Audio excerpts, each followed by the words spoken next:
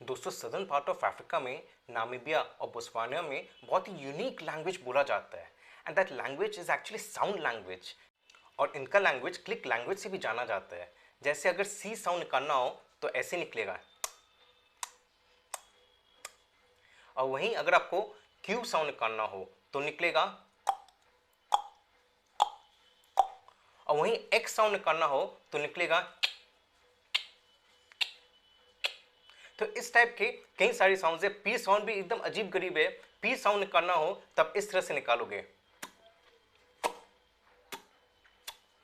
तो देखिए P sound बहुत डिफिकल्ट है, मुझसे भी ठीक से नहीं निकलता है, पर ऐसे कई साउंड है। जनरली कुछ लैंग्वेजेस में 2 क्लिक्स है, किसी में 3 है और मैक्सिमम 4 है। लाइक शेयर एंड सब्सक्राइब जरूर करेगा इस टाइप के और इंटरेस्टिंग वीडियोस के लिए।